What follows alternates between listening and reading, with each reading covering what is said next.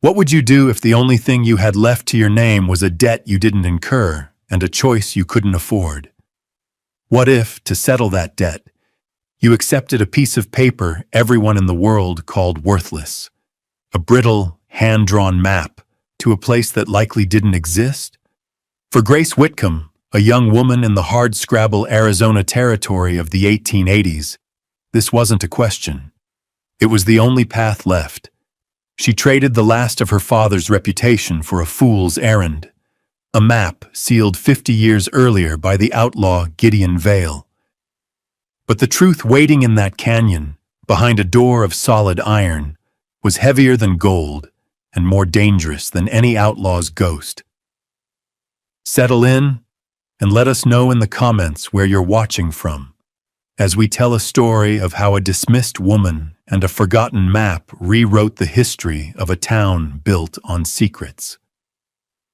Grace Whitcomb stood in the dusty air of the lawyer's office in Redemption. The silence as heavy as the unwept tears in her throat. The room smelled of dry paper, stale tobacco, and the finality of things. Outside, the sun beat down on the plank sidewalks, but here, in the cool dimness, her father's life was being tallied into a column of red ink. He had been a good man, but not a successful one. His dreams, like the arid soil of their failed homestead, had turned to dust, leaving behind a ledger of debts that now belonged to her. Across the desk, Silas Croft, the town's banker and primary landowner, cleared his throat with a sound like rocks grinding together. He was a man made of straight lines and sharp angles, his face a mask of predatory patience. "The total stands at $400, Miss Whitcomb," he said, his voice devoid of sympathy. "The livery, the general store, the feed loan, it's all here." $400. It might as well have been a mountain of gold. She had $17 in a cloth purse and a mule named Ebenezer. That was the entirety of her inheritance.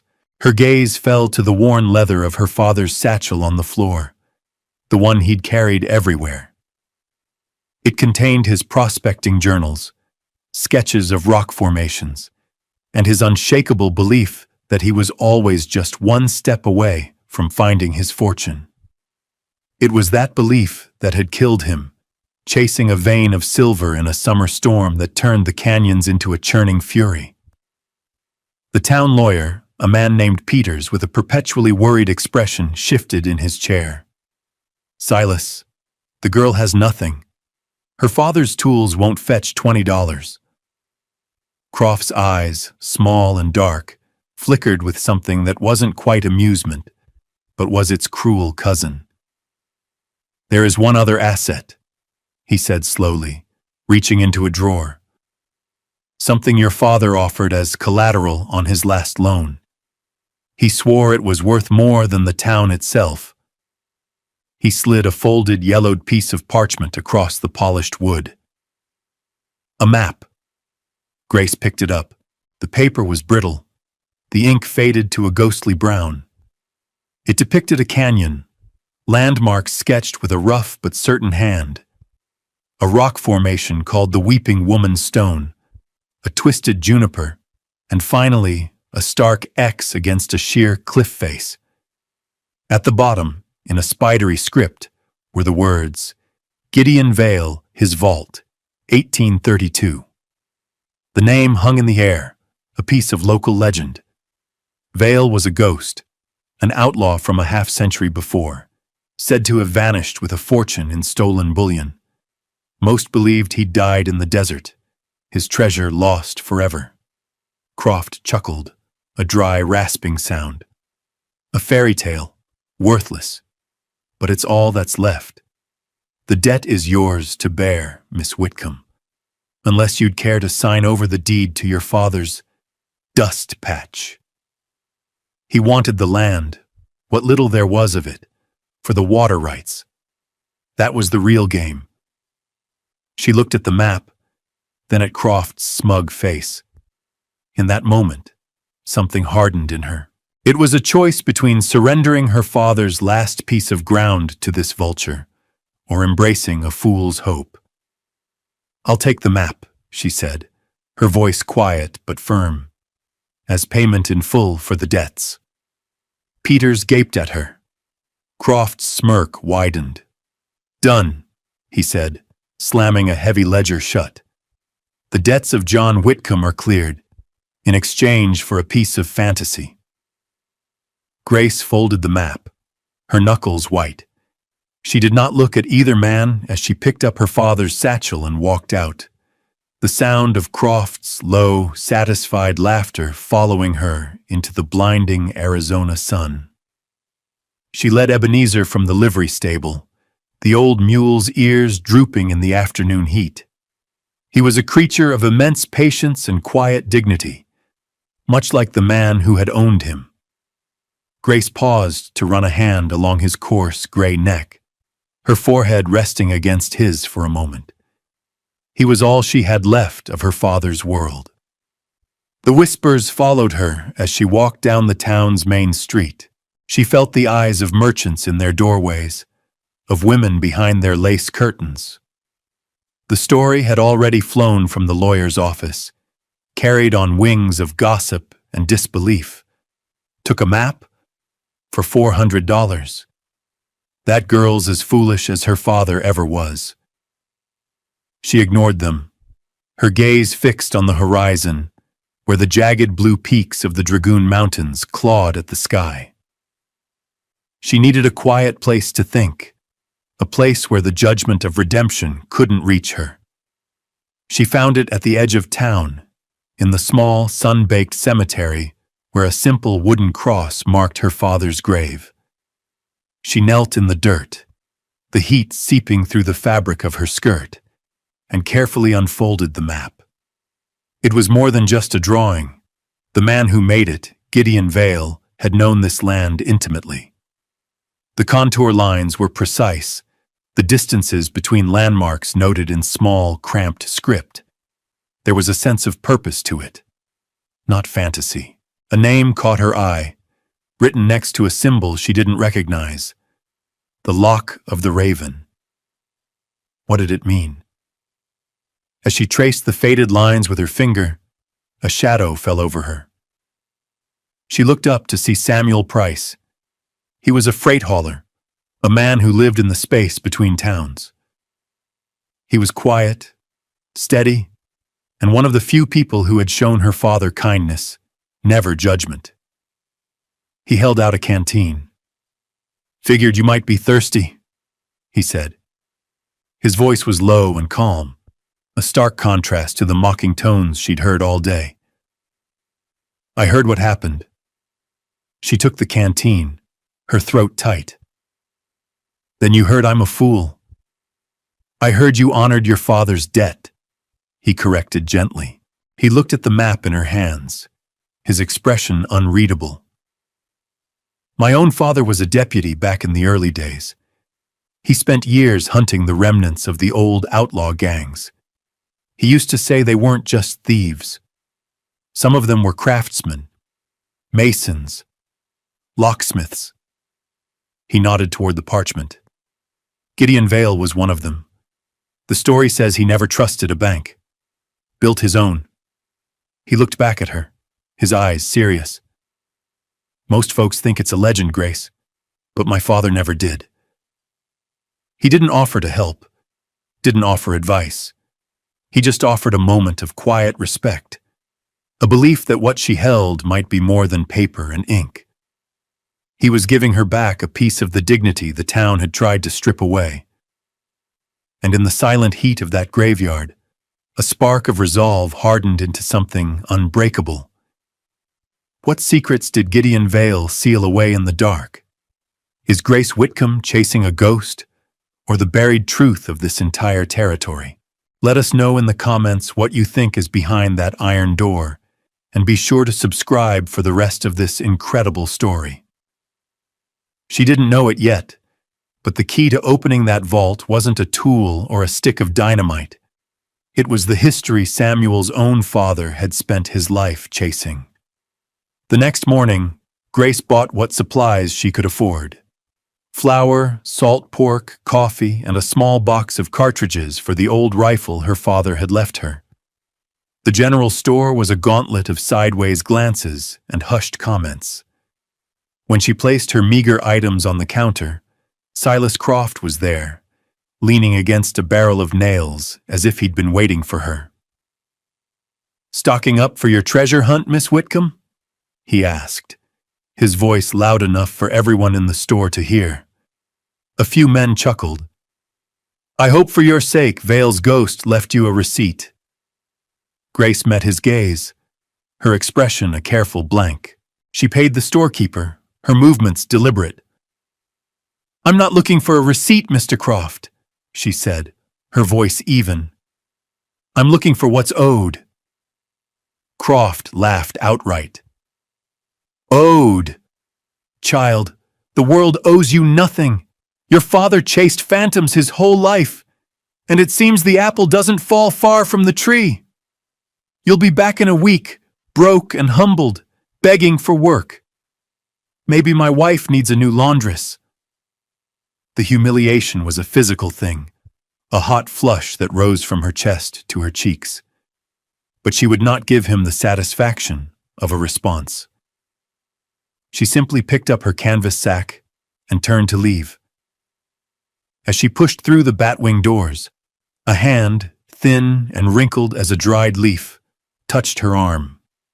She turned to find an old woman named Maria, a fixture on the edge of town, who people said had been there since the territory was still Mexico. Her eyes were dark and deep, holding a wisdom that felt older than the mountains themselves. Maria looked not at Grace, but at the sack of supplies, as if she could see the map through the canvas. "Some doors are graves," the old woman murmured, her voice a dry whisper. "Be careful which bones you wake." And then she was gone, shuffling back into the shadows of an alleyway. The words chilled Grace despite the morning sun. A warning, not a mockery, but a solemn caution that resonated with a deeper truth than Croft's cruel taunts. She loaded her supplies onto Ebenezer's back, her hands moving with a newfound certainty. The laughter in the town was a noise she could ignore. Croft's disdain was a fuel she could burn. But Maria's words were different. They were a weight, a responsibility. This journey was no longer just about a debt, or even about her father's honor. It was about uncovering something that had been deliberately buried, something someone had thought was dangerous enough to seal behind stone and iron. She cinched the last strap and swung herself into the saddle. She didn't look back at the town of Redemption. She faced the east, where the map told her the weeping woman stone stood sentinel over the entrance to a forgotten canyon. The mule took a steady, plodding step, and then another, carrying her away from the world of men and their judgments, and into the vast, indifferent silence of the desert. The landscape that had swallowed her father's dreams was now the keeper of her only hope. And as she rode, the elder's cryptic warning echoed in her mind, a quiet counterpoint to the rhythmic clip-clop of Ebenezer's hooves on the hard-packed earth. Be careful which bones you wake.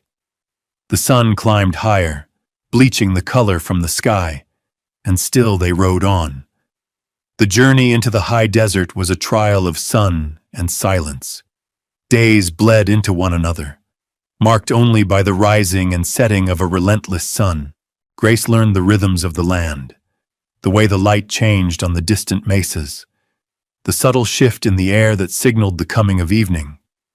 Ebenezer was her silent companion, his steadfast pace a comfort in the overwhelming emptiness.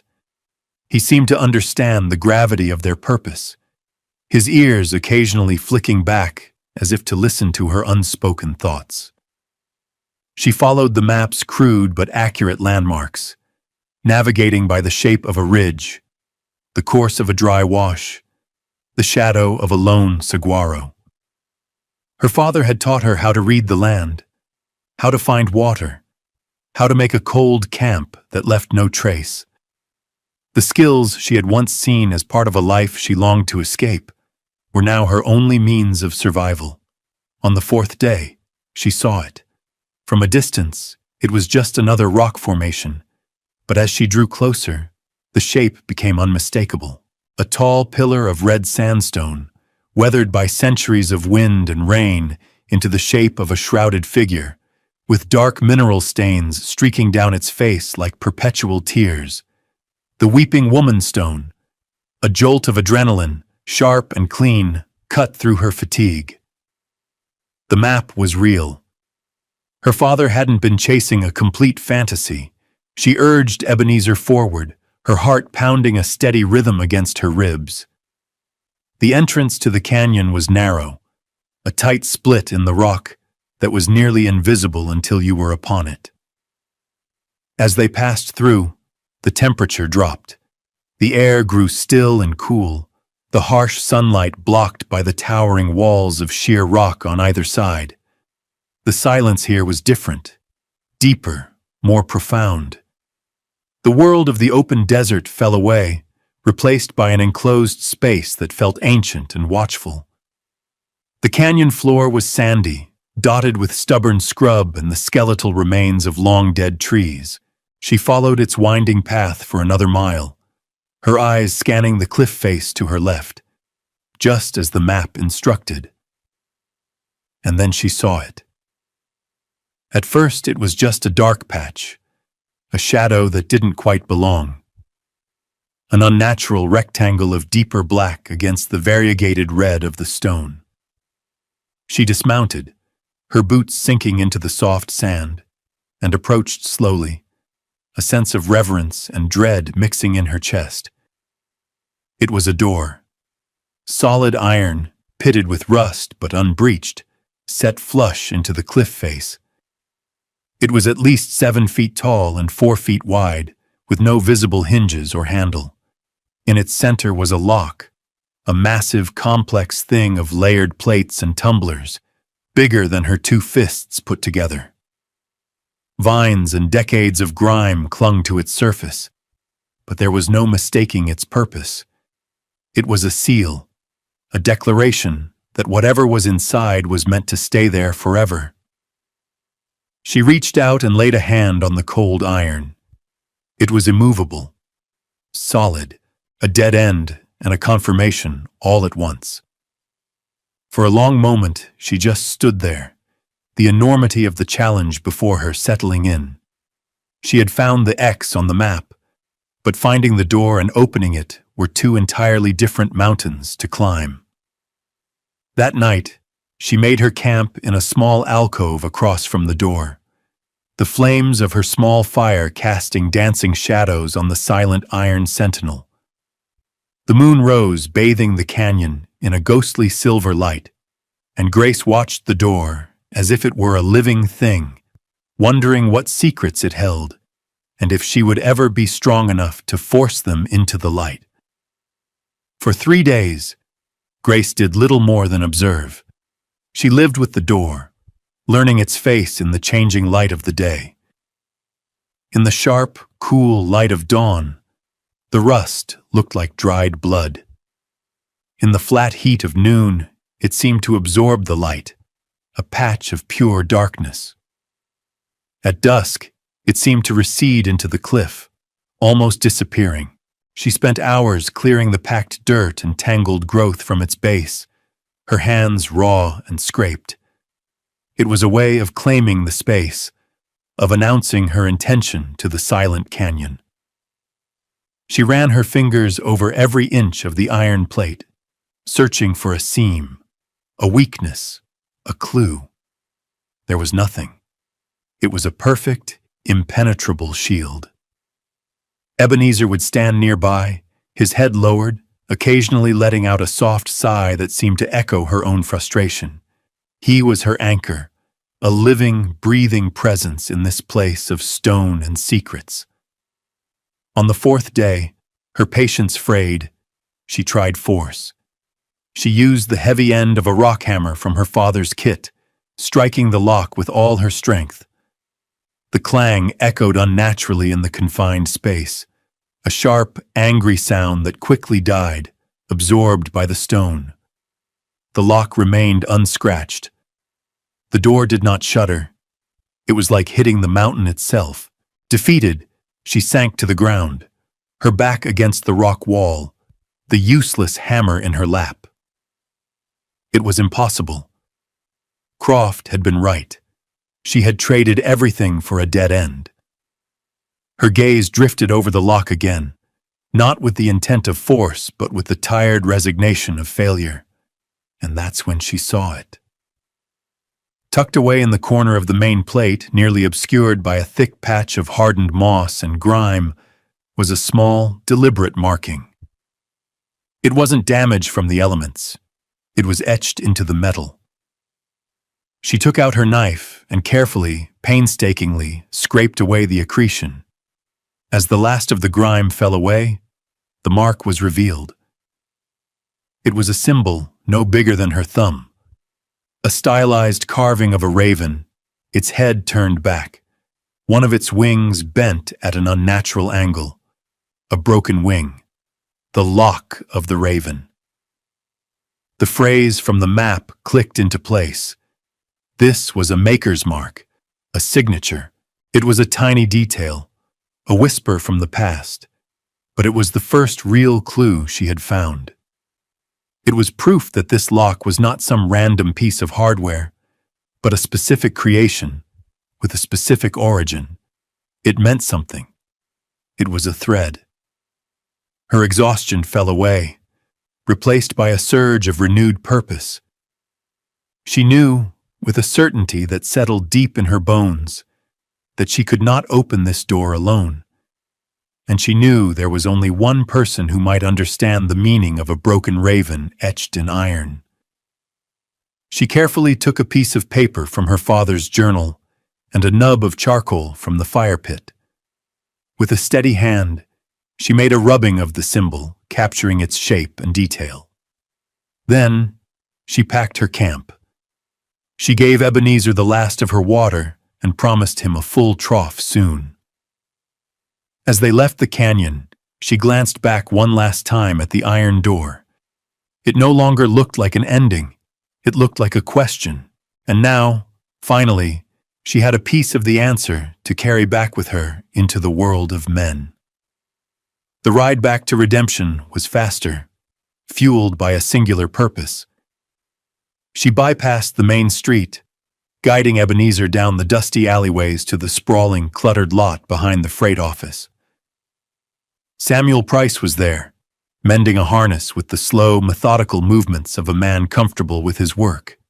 He looked up as she approached, his expression showing no surprise, only a quiet inquiry. He took in her sunburnt face, her dusty clothes, the new intensity in her eyes. "You found something," he stated. It wasn't a question. She didn't waste words. She slid from Ebenezer's back and held out the small folded piece of paper. "On the lock," she said simply. He took the paper and unfolded it, his brow furrowing as he studied the charcoal rubbing of the broken-winged raven. He held it to the light, turning it over in his calloused fingers. For a long moment, he said nothing, his face a study in concentration. He traced the outline of the symbol with his thumb, a flicker of something distant and half-remembered in his eyes. "I've seen this before," he murmured, more to himself than to her. "A long time ago." He motioned for her to follow him into the small, cramped office at the back of the warehouse. The room was filled with shipping manifests, ledgers, and the smell of old leather and oil. He went to a heavy wooden chest in the corner, unlocked it, and lifted the lid. From beneath a stack of old maps, he pulled out a thick, leather-bound book. It was worn and battered, the cover soft with age. "My father's," he explained, laying it on the desk. He kept a record of every outlaw, every gang, every symbol he ever encountered. He carefully turned the brittle pages, which were filled with his father's neat, precise handwriting and stark, detailed sketches. There were brands, tattoos, and maker's marks. He flipped past symbols for the Clanton gang, the Cochise Cowboys, until finally he stopped. There, on a page dedicated to a gang known as the Broken Wing Ravens, was a perfect drawing of the symbol from her rubbing. Grace leaned closer, her breath catching in her throat.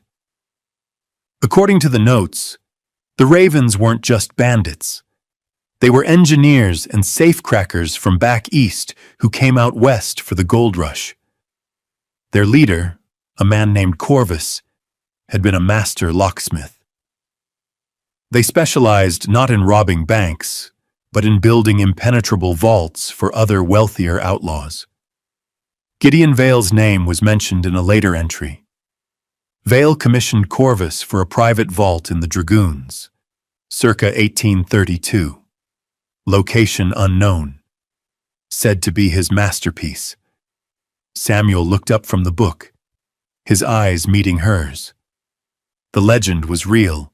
The history was right here, in his father's hand. "This isn't just a door, Grace," he said, his voice low with the weight of the discovery. "It's a Corvus vault. My father wrote that they were impossible to drill, impossible to blast. They were built with traps and false mechanisms." A grim understanding passed between them. This was no longer Grace's solitary quest. It was a piece of his own history, too. "We'll need more than a hammer," he said. The next 2 days were a blur of quiet, focused preparation. They gathered heavy-duty drills, pry bars made of tempered steel, a sledgehammer, and as a last resort, a carefully measured quantity of black powder. They told no one where they were going. Under the cover of a moonless night, they loaded the supplies onto a pack mule and rode out of Redemption, 2 determined figures against the vast, sleeping landscape. The labor that followed was the hardest either of them had ever known. They worked in shifts, the canyon echoing with the rhythmic, brutal clang of steel on steel. The drills barely scratched the surface of the lock. The pry bars bent against the door's unyielding frame. They were chipping away at a mountain with a teaspoon, their muscles screaming in protest, their hopes starting to fray with every failed attempt. The door held its secrets, guarding them with an indifferent and absolute strength. Days of fruitless, punishing labor had worn them down. Their hands were blistered, their muscles ached with a deep, unyielding fatigue, and their spirits were as battered as their tools. They sat by the fire one evening, the silent iron door looming in the darkness across the way, a monument to their failure.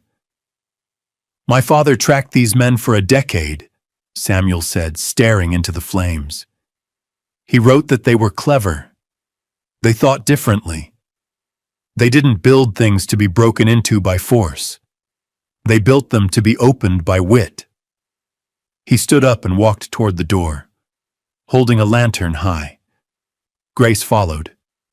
He wasn't looking at the lock anymore. He was running his hand over the rock face surrounding the doorframe. "He wrote about Corvus," Samuel continued, his voice echoing slightly in the quiet canyon. "He said Corvus always left a key, not a metal key, but a key in the construction, a keystone, something that looked like it belonged, but didn't." They began a new kind of search, not of the door, but of its setting. They examined every crack, every discoloration, every inch of the stone wall in a 10-foot radius around the vault. It was Grace who found it. Her fingers, sensitive from days of work, brushed against a section of rock just above the door. While the surrounding stone was rough and weathered, this one spot, a piece of sandstone no bigger than a loaf of bread, felt different. It was subtly, almost imperceptibly, smoother to the touch. It was set so perfectly it was nearly invisible. "Samuel," she whispered. He brought the lantern closer. He saw it too. It was a perfectly fitted plug of stone. Using the thinnest of their pry bars, they began to work at the edges of the stone. It was a delicate, nerve-wracking process. For an hour, it didn't move. Then, with a low scraping sound, it shifted. They worked together, applying steady pressure until the stone plug came loose. Behind it, set deep into a carved recess, was a small, rust-pitted iron lever. It was the keystone. They looked at each other, a silent question passing between them. This was the moment. Samuel gripped the lever with both hands and pulled. For a heart-stopping second, nothing happened. Then, with a deep, groaning protest of metal that had been silent for 50 years, something shifted within the cliff. A series of heavy, resonant thunks echoed from inside the door, the sound of massive locking bolts retracting. A thin crack of absolute darkness appeared along the door's edge. Together, they put their shoulders to the cold iron and pushed. It swung inward with surprising ease, opening a gateway into the past. The air that billowed out was stale, cold, and utterly devoid of life. It smelled of dry dust and profound stillness. They lit a second lantern and stepped across the threshold. It wasn't a treasure cave. There were no chests overflowing with gold coins. It was a small, dry, stone-cut chamber, no bigger than a miner's cabin. In the center of the room, on a simple, flat-topped stone table sat two objects, a thick, leather-bound ledger and a small, heavy tin box. With trembling hands, Grace reached out and opened the ledger. The pages were filled with the same spidery script from the map. But this was no map. It was a detailed record. Names, dates, amounts. It was Gideon Vale's account of every bribe paid, every claim jumped, every parcel of land acquired through threat and coercion to build the town of redemption. Page after page detailed the crimes of the town's founding fathers, including a series of transactions signed by Thaddeus Croft, Silas Croft's own father. The tin box contained the original deeds, signed under duress, and sworn affidavits from men who had been run off their land. The treasure wasn't gold. It was the truth. It was the proof that the town of redemption and the Croft fortune had been built on a foundation of lies and stolen lives. They stood in the chamber, the lantern light flickering on the damning pages of the ledger, the weight of history settling upon them. This was a truth that could tear redemption apart. As they turned to leave, the evidence held carefully in their hands. A figure appeared at the mouth of the canyon, silhouetted against the bright afternoon sky. Then another and another. Silas Croft, flanked by two hard-faced men she didn't recognize, sat astride his horse, a rifle resting across his saddle. "I knew it," Croft called out, his voice sharp with a mixture of triumph and fury. "I knew you were up to something more than chasing shadows. My father told me stories about this place. He told me to make sure it stayed buried." He had grown suspicious of their joint departure and had followed them. He didn't know exactly what they'd found, but he knew it threatened everything he was. "Whatever you have in your hands," he ordered, "belongs to me." Before Samuel or Grace could respond, the sky, which had been a brilliant blue only moments before, began to darken with an alarming speed. A sudden violent wind whipped through the canyon, howling like a vengeful spirit. A summer storm, the kind that turned these dry washes into raging rivers in minutes, was upon them. The first drops of rain, heavy and cold, began to fall. "Get the book!" Croft yelled at his men over the rising wind. But as they urged their horses forward, the heavens opened. A torrential downpour descended, turning the sandy canyon floor into a slick, muddy soup. Thunder cracked overhead, a deafening explosion that seemed to shake the very foundations of the cliffs. Grace and Samuel instinctively retreated into the relative shelter of the vault chamber. Croft and his men were caught in the open.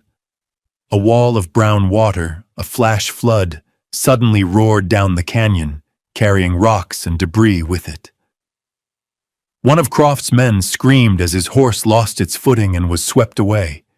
The other man clung desperately to a rocky outcrop as the water surged around him. Croft himself was pale with terror, his horse rearing, his authority washed away by the sheer power of the storm. In that moment, the ledger in Grace's hands felt secondary. Samuel, his deputy instincts taking over, grabbed a coil of rope from their supplies. "We have to help them," he said, and Grace didn't hesitate. They abandoned the thought of conflict, of vengeance. They braced themselves at the edge of the chamber and threw the rope out into the churning water. They managed to haul Croft's remaining man to safety, and then, with great effort, helped a soaked and terrified Silas Croft scramble out of the flood's path. As they stood there, shivering and breathless, a deep rumbling sound came from above. The deluge had destabilized the cliff face. With a deafening roar, tons of rock and earth slid down, completely burying the entrance to Gideon Vale's vault. The iron door and the chamber behind it were sealed once more, this time by the mountain itself. The storm passed as quickly as it had arrived. The floodwaters receded, leaving behind a scene of devastation, and in the unsettling quiet that followed, the four of them stood together. Grace holding the ledger, Samuel with the tin box, and a humbled, defeated Silas Croft, who had lost everything but his life. The power had shifted completely. The past was sealed away again, but its truth was now free. The ride back to redemption was a somber procession. Silas Croft rode between Grace and Samuel, his head bowed, the fight gone out of him. The man he had hired, his face ashen, trailed behind. They didn't speak. The landscape, washed clean by the storm, seemed to hold its breath. When they reached the edge of town, they didn't go to the sheriff's office. The law in redemption was too tangled up in the Croft family's influence. Instead, Samuel led them directly to the small telegraph office at the end of the main street. The operator, a man named Mr. Abernathy with spectacles perched on the end of his nose, had known Grace's father for 20 years. He was a quiet, meticulous man, trusted by all. He looked up in surprise as the strange party entered his office. "Samuel? Miss Whitcomb? Mr. Croft?" he asked, his eyes wide with confusion. Samuel placed the tin box on the counter and opened it. He laid one of the sworn affidavits, yellowed and fragile, before the old man. "We need you to read this, Mr. Abernathy," Samuel said, "and then we need you to send a message to the territorial marshal in Prescott." Abernathy carefully picked up the document. His eyes scanned the faded ink, his expression slowly changing from confusion to shock, then to a deep, solemn gravity. He read aloud, his voice trembling slightly, the story of a rancher forced to sign away his land that now formed the western quarter of the Croft estate, under threat to his family. When he finished, he looked at Silas Croft, who did not meet his gaze. Then he looked at Grace, and in his eyes, she saw not pity, but a profound and quiet respect. He had seen the truth. Wordlessly, Abernathy turned to his telegraph key. The rhythmic clicking filled the small room, a sound that was carrying the long-buried truth out of redemption and into the wider world. A crowd had begun to gather outside, drawn by the sight of Croft's return in such a state. The whispers started again, but this time they were not of mockery. They were whispers of awe and disbelief. People saw the ledger in Grace's hands, the tin box on the counter, the defeated slump of the most powerful man in town. The story spread through the crowd, not as a single narrative, but in fragments of understanding. The truth settled over the town square, rewriting its history in real time. Silas Croft, his face pale, stepped forward. He did not deny it. "It's true," he said, his voice just loud enough to be heard by those closest. "My father, all of them. The town was built on it." He then did something no one expected. He took a pen from Abernathy's desk and a piece of paper, and in a shaky hand, he wrote out a confession, relinquishing his family's claims to all the lands mentioned in Vale's ledger. He was not arrested. He was not run out of town. He was simply diminished, humbled before the community he had once lorded over. An old woman stepped out from the crowd and touched Grace's arm. "My grandfather was the man in that letter," she said, tears welling in her eyes. "Thank you." One by one, others came forward, their faces reflecting a dawning recognition that the past was not as they had been told. The laughter that had followed Grace out of town had been replaced by a chorus of reverent silence. She had not found gold, but she had delivered something far more precious. Justice. A season had passed. The autumn sun cast a long golden light over the valley, bathing the land in a soft, forgiving glow. Grace stood on a small rise overlooking a modest but well-tended piece of land. A new cabin, built of fresh-cut pine, stood near a creek, a thin curl of smoke rising from its stone chimney. The land had been her father's original claim, the one he had lost to Thaddeus Croft in a crooked card game decades ago. The territorial court, armed with the evidence from Gideon Vale's ledger, had restored it to her. It was hers. Samuel Price came to stand beside her. He had sold his freight business in redemption and had thrown in his lot with her, his quiet strength a constant presence as they had built this new life together. He had helped her raise the cabin, dig the well, and mend the fences. They worked in a comfortable silence, their shared past a foundation as solid as the rock of the canyon itself. Ebenezer, the mule, grazed peacefully nearby, his retirement spent in green pasture. He had carried her to her destiny, and now he was at rest. The town of Redemption was changing. Some families, their fortunes built on the Crofts' lies, had moved on. Others, whose claims had been validated by the ledger, were rebuilding. The town was smaller, quieter, but more honest. Silas Croft remained, a quiet man who worked at the livery, his arrogance stripped away, leaving behind a man paying a silent, daily penance. "It's a good place," Samuel said, looking at the cabin and the fields beyond. "Your father would be proud." Grace nodded, a small, peaceful smile on her face. "He was always looking for something valuable in the ground," she said softly. "He was just looking in the wrong canyons." Samuel looked at her, his gaze warm. "All that work, all that danger," he said.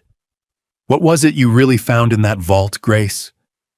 She thought for a moment, the memory of the cold, dark chamber and the weight of the ledger in her hands still vivid.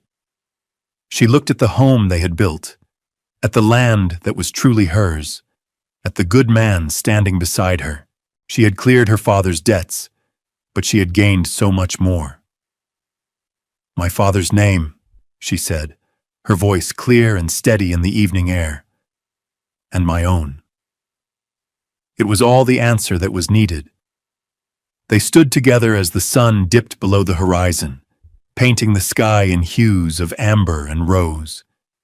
Two people who had dug up the past not for riches, but to plant a future, Thank you for staying with us for this story of quiet courage and the search for truth. We hope it reminded you of the quiet strength of holding on to what you know is true, even when the world tells you you're a fool. If you enjoyed Grace's journey, please give this video a like and subscribe to our channel for more stories of the forgotten corners of history. Let us know in the comments which part of her discovery moved you the most. We'll be back soon with another tale of a lost soul who finds their way home.